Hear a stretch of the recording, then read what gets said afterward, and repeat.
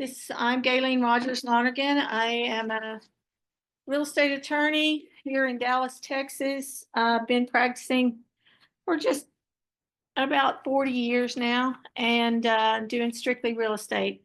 And so today we're going to discuss some issues that in particular probably new real estate agents need. What I wanted to start with is to make sure everyone is aware that every licensed real estate agent is required to use the promulgated form by the Texas Real Estate Commission, and the most common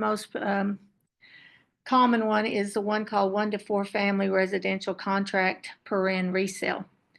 That has been fine-tuned by a committee of real estate agents, lawyers, and other professionals. So it's actually very helpful to use for particularly new agents because it pretty much walks you right through everything. That form can be found right on the Texas Real Estate Commission website and downloaded from there, even completed on your computer and downloaded from there.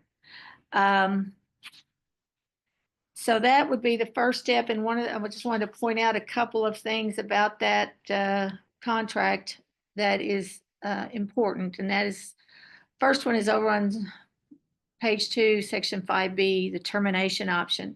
If your client wants in any way to have the right to cancel this contract before closing, say they went and had an inspection and there's something wrong with the property that the seller's not willing to fix, or it's just too substantial that you don't want to move forward, the only way you can do it is you have to have an option in the contract to terminate for no reason. Section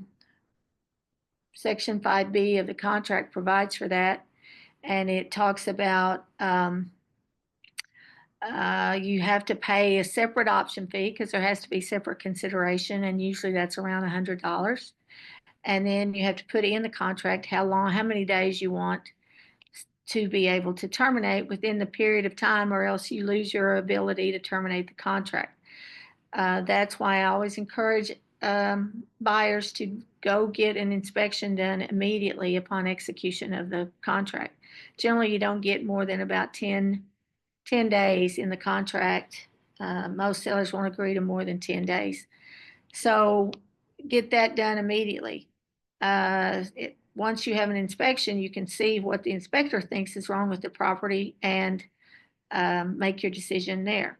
Also, that ties in with another issue is the property disclosure. A lot of people after closing learn about problems with the property that they were not aware of before closing. Paragraph 7 of the TREC contract provides for a seller's disclosure notice, which is required under section 5.008 of the Texas Property Code. The buyer has the ability to terminate this contract at any time until the seller provides the property disclosure notice. The property disclosure notice can also be found on the Texas Real Estate Commission website, and it is quite extensive. It's about 4 or 5 pages, and it requires the seller to disclose all matters relating to the property that they are aware of.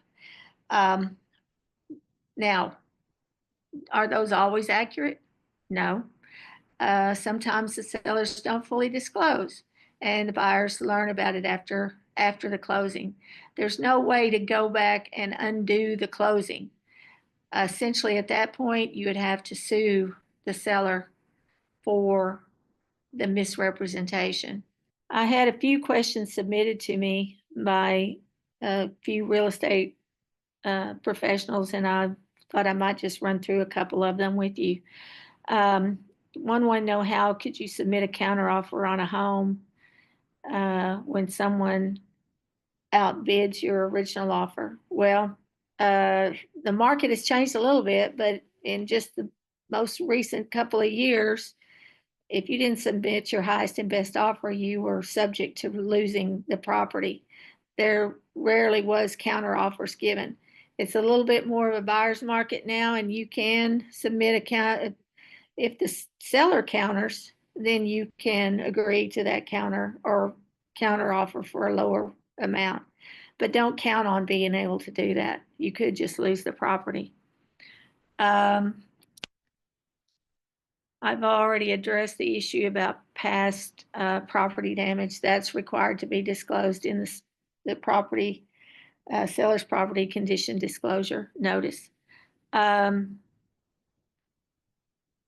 Someone asked, what is the right time to place a final offer on the property? Again, like I said, I would recommend submitting your best offer and not count on the seller countering. Somebody want to know how a potential buyer's loan affected the sale of your property.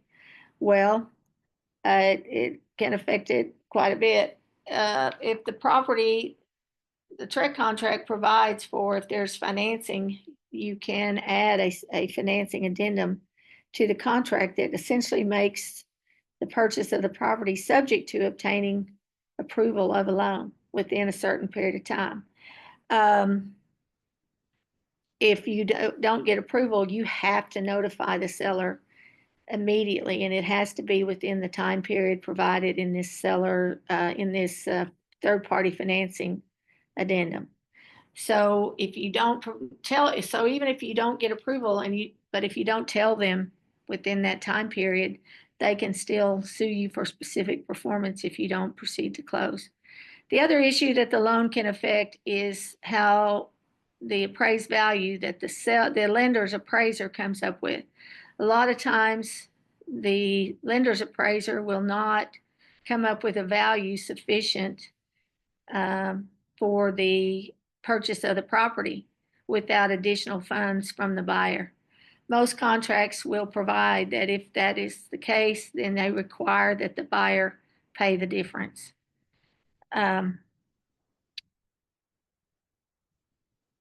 Now, I had someone ask me, at what point can I not back out of the sale of the property? Again, up until closing, you can back out, but you could be forced, the seller could sue you for specific performance, which is just a remedy that says, you signed a contract, I met all the conditions, and you have to close. By the same token, if a seller tries to back out of a contract because maybe they got a higher offer, you can sue the seller for specific performance and prevent them from selling that property to the third party who has made the higher offer. But other than that, as far as getting your earnest money back, you can get your earnest money back if you cancel the contract during the option period, or if you're unable to get the financing within the period you're required to get it. This is an agent's question. Can I be held liable for any damages after the sale of the property? And the answer to that is absolutely.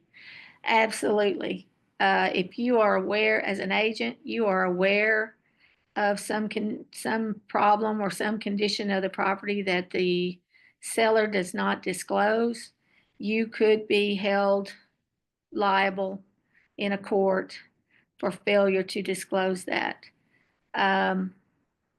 It's a little bit tricky because your client is the seller, but you're kind of walking a fine line there. If you know the seller, there is an issue that the seller is refusing to disclose, I would talk to my broker about it. One agent wanted to know, were there any red flags to a buyer's purchasing the property?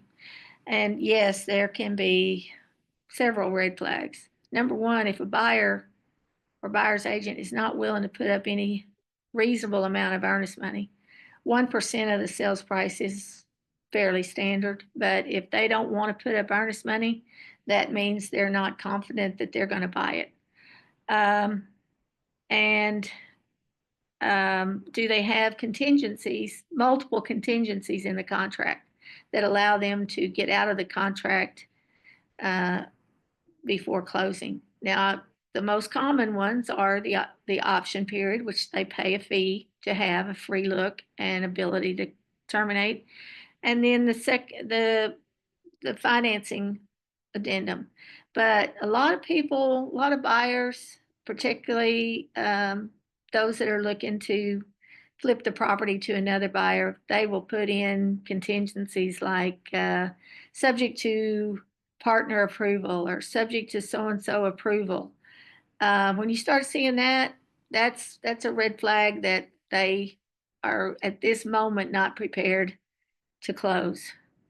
So if you see a lot of outs in the contract, um, that would be something to follow up on and and check with your buyers about what that's all about. Like I said, there is no grace period after you buy a property. You cannot, there's not a period of time where you can say, oh, we didn't want to buy it and undo everything. That's not the way it works. At that point, you would be in only your only recourse would be in court.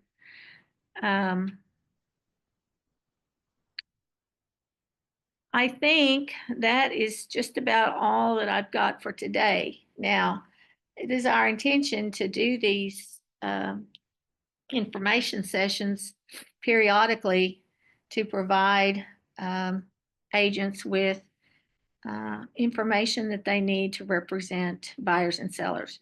So if you want to submit any questions that you want me to address specifically, if you would email me at G Rogers, Rogers, at Lonergan, LONERGANLAW.com. We can address that in future podcasts.